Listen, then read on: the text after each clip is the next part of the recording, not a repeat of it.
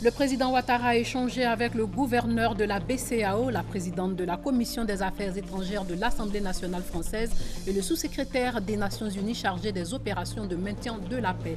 Nous saurons tout sur leur rencontre dans ce journal. 20 opérateurs de la filière de ramassage des déchets solides ont reçu des titres de plus de 14 milliards de francs CFA, la fin d'un long processus de négociation visant à apurer la dette due par la nature aux opérateurs de la filière de ramassage des ordures ménagères. Christine Lagarde est reconduite à la tête du FMI pour 5 ans au moment où l'économie mondiale connaît un passage à vide. L'ancienne ministre de l'économie française avait reçu le soutien appuyé des principaux États membres du FMI. Madame, Monsieur, bonsoir. Les agences de la BCEAO de Mans, Bouaké et Korogo vont rouvrir bientôt. Le gouverneur de l'institution l'a annoncé lors d'une rencontre aujourd'hui avec le président Ouattara. Le président Ouattara qui a aussi échangé avec la présidente de la Commission des Affaires étrangères de l'Assemblée nationale française et le sous-secrétaire des Nations Unies chargé des opérations de maintien de la paix. Viviane Naïman nous explique ce qu'ils s'y sont dit. Les progrès enregistrés au plan économique par la Côte d'Ivoire et le défi sécuritaire qui s'impose désormais face aux menaces d'attentats terroristes djihadistes dans la sous-région. Autant de sujets évoqués au cours de l'entretien que le président de la République a eu avec la présidente de la Commission des Affaires étrangères de l'Assemblée nationale française, Elisabeth Guigou, en visite de travail à Abidjan. Je voudrais dire que je suis extrêmement honorée d'avoir été reçue par Monsieur le Président de la République, pour qui j'éprouve non seulement de la considération, mais aussi beaucoup d'admiration, parce que c'est vrai que la Côte d'Ivoire, on le voit, connaît depuis quelques années maintenant une rénovation politique, un renouveau économique qui est tout à fait remarquable. Évidemment, ça nous réjouit en France, à l'Assemblée nationale en particulier, parce que nous avons des liens entre les Français et les Ivoiriens qui sont, que je ne vais pas vous décrire, vous les connaissez aussi bien que moi, qui sont extrêmement forts, et aussi parce que la Côte d'Ivoire est un pays absolument clé en Afrique, spécialement dans la région, et que c'est un pays emblématique. Hein, et que ce qui est en train de se réaliser après une période tragique est vraiment tout à fait exemplaire. Voilà. Et donc je souhaite, moi, qu'à l'Assemblée nationale, à la Commission des Affaires étrangères, mais pas seulement, nous accompagnions davantage ce renouveau. Il y a des préoccupations que nous partageons, ce sont des préoccupations de développement, bien entendu, économique, social, des préoccupations et des soucis de sécurité, qui ne peuvent plus être limités à un seul pays ou même à une seule région. Et nous avons évidemment la volonté de pouvoir contribuer. Sans la paix, je crois que c'était le président Houphouët-Boigny qui disait ça, rien n'est possible. Voilà, et donc je suis très heureuse que l'Assemblée nationale, à travers cette visite, puisse être davantage présente. Nous avons des groupes d'amitié qui sont très actifs. Elisabeth Guigou a émis le vœu de voir les deux assemblées, celle de Côte d'Ivoire et celle de France, intensifier leurs échanges. Le sous-secrétaire des Nations Unies chargé des opérations de maintien de la paix, El Gassim Ouane, figurait au nombre des personnalités reçues ce vendredi 19 février par le chef de l'État au palais présidentiel. Le sous-secrétaire des Nations Unies chargé des opérations de maintien de la paix était accompagné par la représentante spéciale du secrétaire général de l'ONU en Côte d'Ivoire, Aïchatou Mendaoudou. Au menu de l'entretien, la fin du mandat de l'opération des Nations Unies en Côte d'Ivoire, envisagée par le gouvernement ivoirien en raison du retour de la paix et de la stabilité dans le pays. Nous avons évidemment abordé les questions liées à la revue stratégique de l'ONUCI, qui a été mandatée par le Conseil de sécurité des Nations Unies. Et nous nous sommes réjouis, nous avons exprimé au président toute notre satisfaction au regard des avancées remarquables qui ont été réalisées par la Côte d'Ivoire en un très court laps de temps. Et nous sommes évidemment heureux, en tant que Nations Unies, d'être associés à cette entreprise. Et nous avons, dans ce contexte, identifié les domaines dans lesquels un appui des Nations Unies et de la communauté internationale pourrait être requis, et nous avons échangé évidemment sur les modalités de désengagement de l'ONUCI maintenant que l'essentiel des objectifs qui avaient été fixés a été atteint. Reçu à son tour, le gouverneur de la BCEAO, Kone Tiemoko-Melie, qui était accompagné du ministre chargé de l'économie et des finances, Kone Adama, est venu faire un point périodique au président en exercice de l'UEMOA. Nous sommes venus rencontrer le président de la conférence des chefs d'État de l'Union économique et monétaire ouest-africaine. Et bien sûr, cet honneur que le président nous a fait en accordant cette audience nous a permis de voir les orientations qui doivent permettre de renforcer les structures financières de manière à permettre à nos économies de renforcer leur progression, notamment en termes de croissance économique d'abord, mais surtout aussi de prise en charge des besoins et des besoins des populations qui doivent aussi croître. Les orientations sont claires pour qu'il y ait beaucoup plus de résilience dans nos économies et que ces économies soient productrices d'emploi et de prospérité.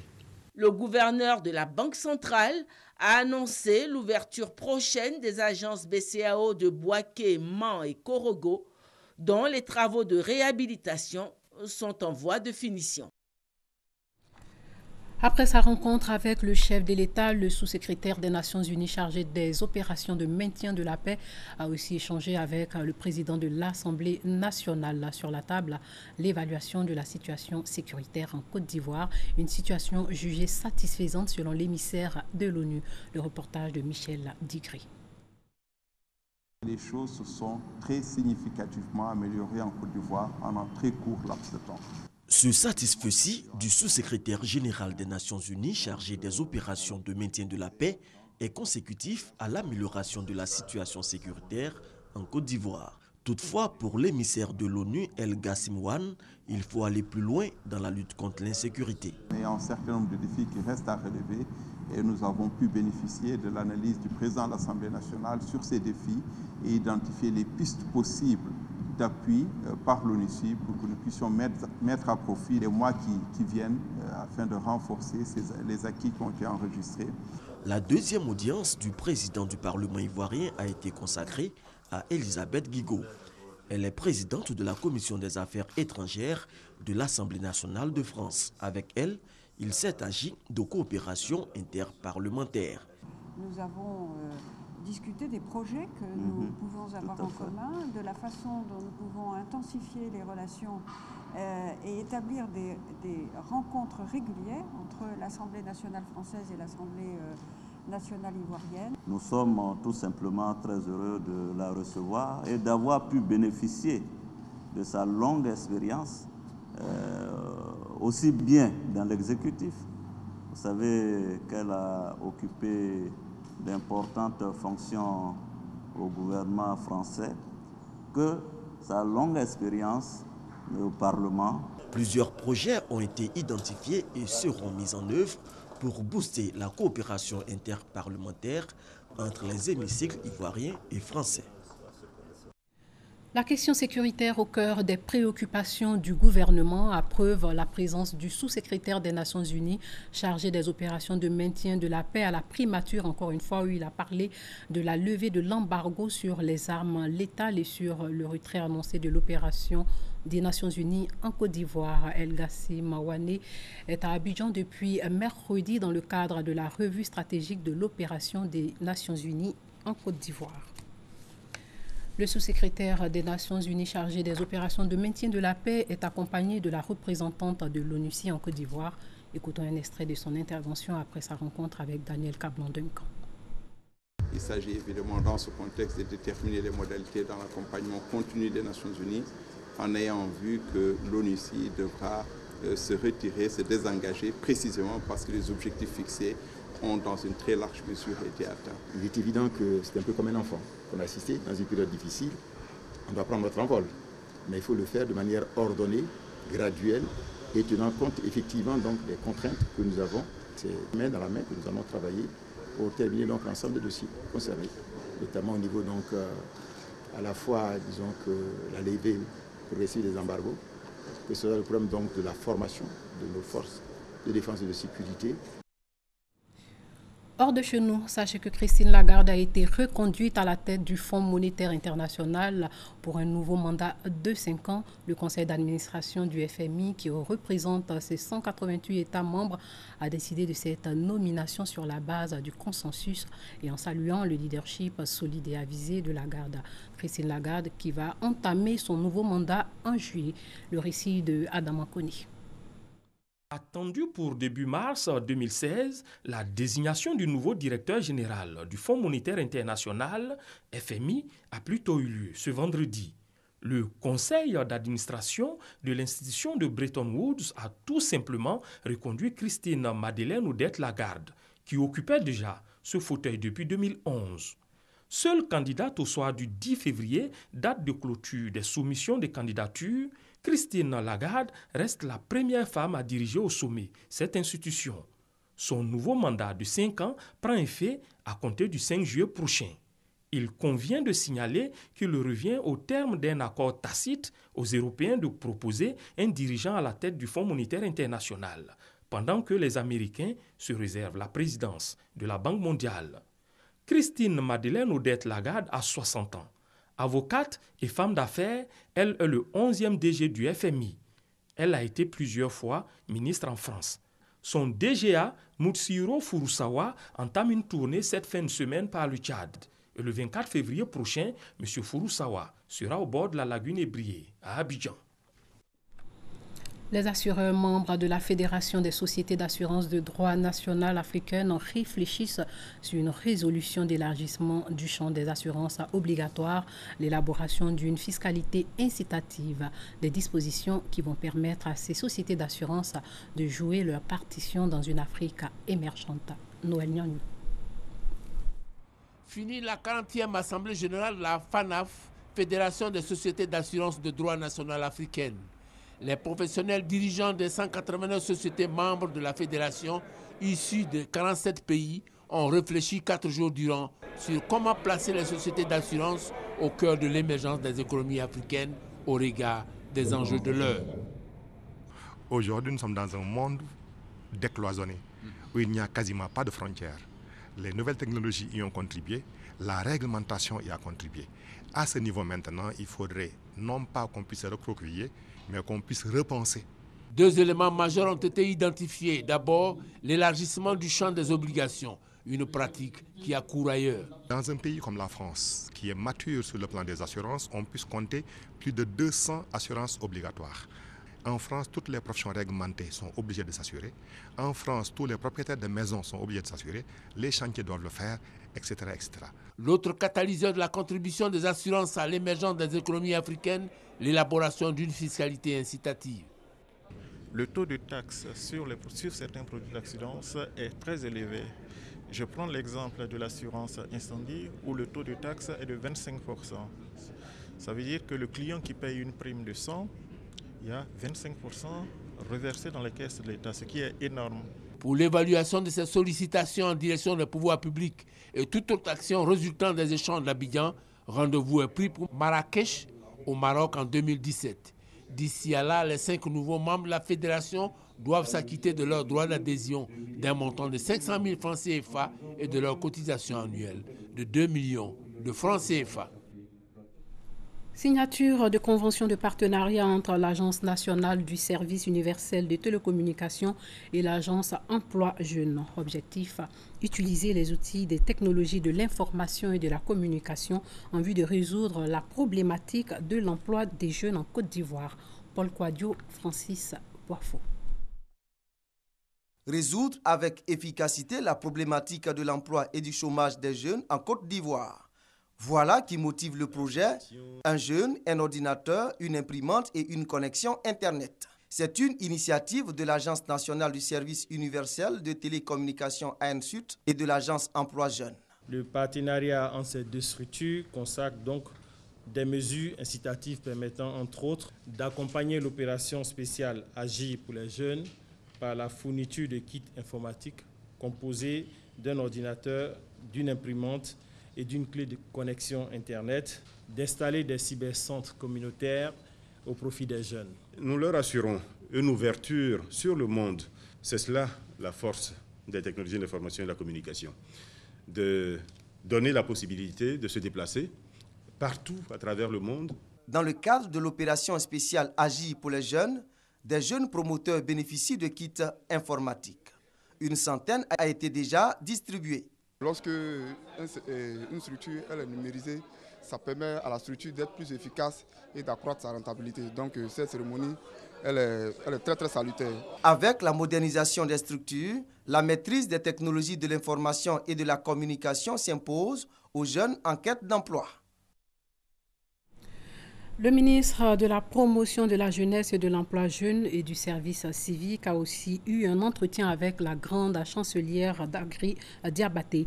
Il n'était pas seul. La ministre de la Solidarité, de la Cohésion sociale et de l'indemnisation des victimes, professeur Mariatou Kone, était aussi à la grande chancellerie. Sidonie Davila nous dit ce qu'ils se sont dit. Nommé récemment ministre de la Solidarité, de la Cohésion sociale et de l'indemnisation des victimes dans le nouveau gouvernement, professeur Mariatou Kone veut réussir sa mission. Pour cela, elle n'hésitera pas à aller à la rencontre des pionniers pour bénéficier de leur expérience. Sa rencontre avec la grande chancelière, Henriette Dagri Diabaté, s'inscrit dans ce cadre. Le ministre de la Promotion de la Jeunesse, de l'Emploi des Jeunes et du Service civique était lui aussi chez la grande chancelière. Pour Sidi Touré, ce sont des échanges enrichissants qu'il a eus et qui vont faire bouger les lignes bientôt. Cette maison, la maison du mérite, la maison des anciens, pour venir nous inspirer, pour surtout pour voir les possibilités de collaboration que le ministère de la Jeunesse pourrait avoir. De bonnes nouvelles arrivent certainement bientôt pour le civisme et la bonne tenue des jeunes en société, tel que le président l'a recommandé dans le cadre de l'Ivoirien Nouveau. Le ministre a en projet le lancement d'un nouveau concept, celui du jeune Ivoirien Nouveau. Ce point a été abordé lors des échanges en vue d'en faire une réalité, et ce, pour très bientôt. Sarah Sako Fadiga, la première vice-présidente de l'Assemblée nationale, a parlé de cohésion sociale avec la chefferie traditionnelle de la région du Bafing. Et pour contribuer au développement de la région, elle a fait de nombreux dons aux populations de plus de 70 millions de francs CFA. La tournée de la première vice-présidente de l'Assemblée nationale nous est rapportée par Victorine Yaouyobui. La première vice-présidente de l'Assemblée nationale chez le chef du canton Famossi dans la région du Bafing, Sarah Sako Fadika et Eladja Baba Diomandé, entourés des chefs de village, ont passé en revue les différentes actions entreprises pour maintenir la cohésion sociale dans le Bafing. Pour faciliter cette tournée, elle a remis au nom du chef de l'État un véhicule 4x4 au chef du canton Famossi. Vos qualités de rassembleur, d'homme de mission, quotidiennement à l'écoute des préoccupations des populations du canton Famossi, valent bien au-delà de ce modeste présent. À l'endroit des femmes agricultrices du département de Touba, la première vice-présidente a relevé leurs efforts visant à booster leurs activités. Un grand honneur donc, dit-elle, d'inaugurer la maison des coopératives féminines de Touba, preuve de l'organisation de ces femmes. La première vice-présidente de l'Assemblée nationale a ensuite fait des dons, notamment en matériel roulant et agricole, le tout d'une valeur de 70 millions de francs CFA. Sarah Sako Fadika d'ajouter que ces dons doivent être compris comme un encouragement à la consolidation de la cohésion sociale préalable au développement. Des titres d'une valeur de plus de 14 milliards de francs CFA ont été remis à 20 opérateurs de la filière de ramassage des déchets solides et assimilés pour apurer la dette due par l'Agence nationale de la salubrité urbaine. Un taux de décompte de 15% a été retenu lors des négociations avec les opérateurs de la filière de ramassage de déchets solides et assimilés. Le reportage de Francis Boifou. Cette remise de chèques aux opérateurs de la filière de ramassage des ordures ménagères marque la fin des grèves relatives à l'apurement de la dette due par la nature. Sur les 14 milliards 300 millions de francs CFA que l'État devait à 22 opérateurs, 14 milliards 200 millions ont été levés ce vendredi pour soulager 20 sociétés. Pour le règlement des arriérés, L'État a cédé ses titres à une banque contre remise de liquidités aux opérateurs. C'est un mode de paiement. On nous donne un document, l'État reconnaît qu'il reste nous devoir le montant qui doit être payé sur un certain nombre d'années. Ils ont dit que cela doit être payé normalement sur 5 ans. On a demandé à l'État de trouver une banque pour nous, pour pouvoir convertir le plus rapidement possible, de sorte que la banque puisse se faire rembourser sur les 5 ans par l'État de Côte d'Ivoire. Aujourd'hui, c'est un grand soulagement pour les opérateurs. L'apurement de la dette due aux opérateurs sur la période 2012-2014 est un nouveau départ pour le secteur des déchets solides, a indiqué la ministre de la Salubrité urbaine et de l'Assainissement. Prouvez désormais aux Ivoiriens que vous êtes des entreprises compétentes, qualifiées. Montrez aux Ivoiriens que vous êtes capables de bien accomplir votre service. J'ai conscience que nous avons un travail important en matière de sensibilisation et de communication auprès des populations pour le changement de comportement, pour un changement de mentalité. Mais faites votre part. Le défi est énorme. Rien que dans le district d'Abidjan, la décharge d'Akwédo reçoit 550 000 tonnes d'ordures ménagères par an. Les experts de la santé veulent renforcer les mesures préventives et diversifier les traitements médicaux dans la lutte contre le diabète, l'hypertension artérielle et les maladies chroniques. Ils en ont parlé lors du 2e congrès international sur ces 3 pandémies. C'était à l'université Félix Houphouët-Boigny de Cocody. La physiologie et la physiopathologie, 2 concepts médicaux complémentaires qui traitent des fonctions essentielles de l'organisme humain. Préserver la santé publique, c'est le thème du 2e congrès de la Société africaine de physiologie et de physiopathologie. L'un des objectifs de ce congrès va être justement de montrer à quel point le muscle, que l'on croyait être un organe qui ne servait uniquement qu'à l'activité physique, eh bien cet organe est capable de produire par exemple des substances qui vont se révéler avoir des propriétés anticancéreuses. Le 2e congrès de la Société de physiologie et de physiopathologie est un cadre d'échange, de formation et de mise à niveau des différents spécialistes venus de plusieurs pays. Plusieurs thématiques autour de la lutte contre les maladies chroniques telles que le diabète et les maladies cardiovasculaires vont marquer ces assises qui se tiennent à l'université Félix Houphouët-Boigny d'Abidjan. D'éminents professeurs de physiologie et de physiopathologie qui ont su communiquer avec abnégation et passion leur savoir-faire à des générations de médecins et d'enseignants-chercheurs ont été décorés par l'État de Côte d'Ivoire. Il s'agit des professeurs Jean Lonsdorfer de l'université de Strasbourg, Alain Buguet de l'université de Lyon et Fallou Cissé de l'université Cheikh Anta Diop de Dakar. Pour faire face à l'insécurité maritime et aux menaces de tout genre, notamment les actes de piraterie, de grand banditisme, de trafic de drogue dans le golfe de Guinée, l'État dote la Marine nationale de son 3e patrouilleur dénommé le capitaine de frégate Sekongo. Le reportage de Abou Sanogo. C'est le 3e patrouilleur de la flotte navale. Escorté par 2 engins d'intervention rapide de type UFR, il rejoint Abidjan, son port d'attache, après un long périple qui l'a conduit à Lorient en France, en passant par des escales techniques à Agadir et à Dakar. Il s'agit du patrouilleur dénommé capitaine frégate Sekongo. Les documents de cession ont été réceptionnés par le ministre chargé de la Défense, Alain Richard Donvaï, qui les a remis au chef d'état-major général des forces républicaines de Côte d'Ivoire, le général de corps d'armée Soumeïla Bakayoko, puis au commandant de la Marine nationale, le contre-amiral Djakari Diakonati. Ce patrouilleur vient renforcer les capacités de réaction de la Marine nationale face aux menaces et aux défis à la sécurité maritime dans les eaux ivoiriennes. Je voudrais vous prier, monsieur le ministre, de bien vouloir transmettre à son Excellence Alassane Ouattara nos plus sincères remerciements et notre infinie reconnaissance. Grâce à sa clairvoyance politique et à sa parfaite connaissance des défis auxquels est confronté le monde maritime, le renouvellement de notre flotte navale et fluvio-lagunaire est aujourd'hui une réalité concrète. Cette acquisition s'inscrit dans la stratégie de l'action de l'État en mer. Ce navire n'est pas le dernier. D'autres viendront avec des capacités hauturières capables d'embarquer un hélicoptère de surveillance de l'armée de l'air avec ses équipements. La Marine nationale est plus que jamais outillée pour faire face à l'insécurité maritime et aux menaces en tout genre. Long de 33,63 mètres et large de 6,53 mètres, le capitaine de frégate Sekongo a une coque composite vert dotée d'une superstructure en aluminium. Ce navire a une autonomie de 6 jours ou 1500 nautiques, soit 2,7 km. Il a un équipage composé de 17 marins dont 2 officiers. Le capitaine de frégate Sekongo a un hors-bord de 10 places. Au Bénin, la campagne électorale a officiellement démarré aujourd'hui. Les candidats ont 2 semaines pour convaincre les électeurs. 33 candidats sont en lice pour la magistrature suprême. Une campagne qui débute avec une préoccupation. Seulement 35% des cartes d'électeurs seraient prêtes. Le Centre national de traitement en charge de la production des cartes d'électeurs promet de distribuer toutes les cartes d'électeurs avant la veille de l'élection. Sachez que l'élection présidentielle est prévue pour le 6 mars prochain.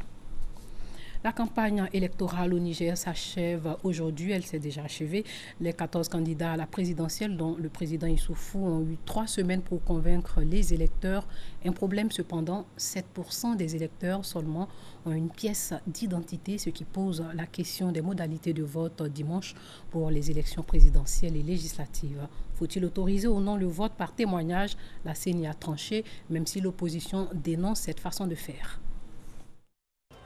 Dimanche, les Nigériens se rendront aux urnes pour élire leur président. Mahamadou Issoufou, le président sortant, brigue un second mandat. Il escompte une victoire dès le premier tour.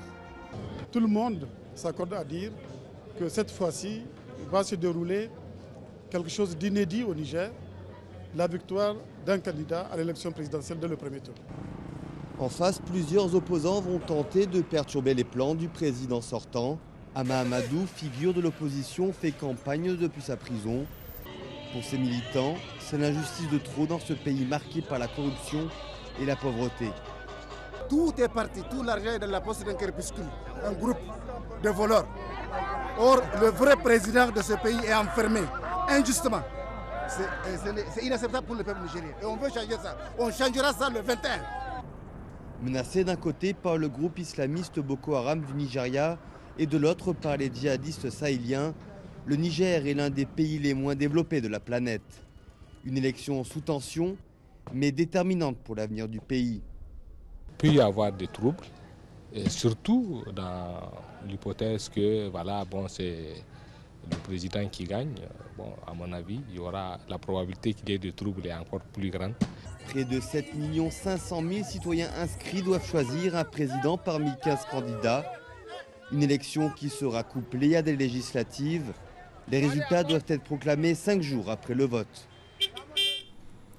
En Ouganda, Kizza Besigye, le principal opposant au président sortant Yoweri Museveni, a une nouvelle fois été arrêté. La police s'est présentée au siège du parti et a emmené Kizza Besigye et d'autres personnalités de son parti. Les rassemblements ont été dispersés par des tirs de gaz à lacrymogène. Kizza Besigye a été arrêté alors qu'il s'apprêtait à donner une conférence de presse suite à l'annonce des résultats de l'élection présidentielle par la commission électorale. Museveni serait en tête avec 63% des voix et 32% seulement pour Besigye. C'est tout pour ce soir. Merci de nous avoir suivis. Portez-vous bien.